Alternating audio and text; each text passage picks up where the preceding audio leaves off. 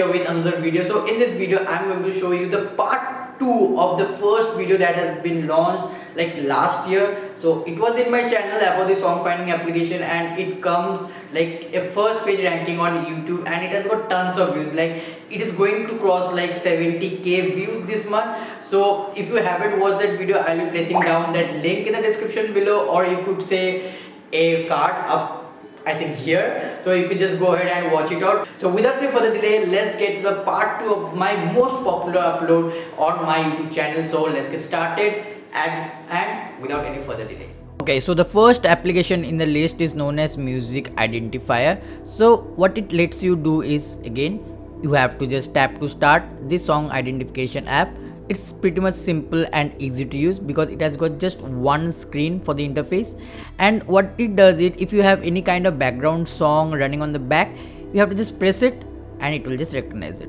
It just takes a couple of seconds to recognize the song. Later, there are also 4 or 5 tabs that tells about what this song is all about, who is the artist of the song, and you can also get tracks on Spotify, also get the latest video tracks on YouTube, as well as you can see the history section to check whatever song you have identified.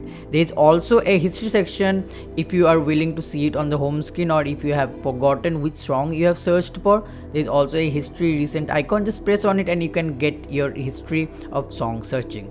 So that was pretty much it for the first application. Now let's move on to the second application. So the second application name is from Google, known as SoundSir. So SoundSir basically connects you to a shortcut menu of Google song identification.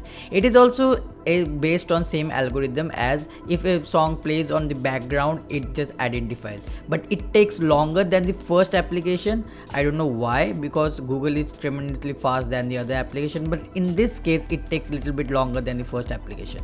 So after you get your song which has been identified from the background, you get like discover, snapshot, search and collection feature, where you get other details and more specific information about that particular song which you have looked for or which you have searched for.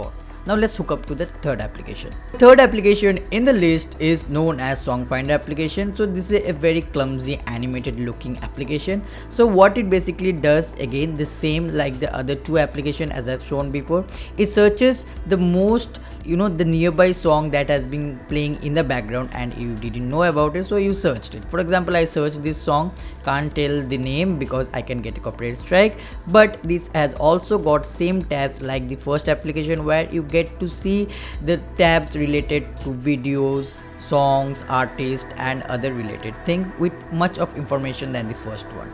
So here there's one more unique feature, is that you can directly open it in the Spotify app, as well as you can play it within the application.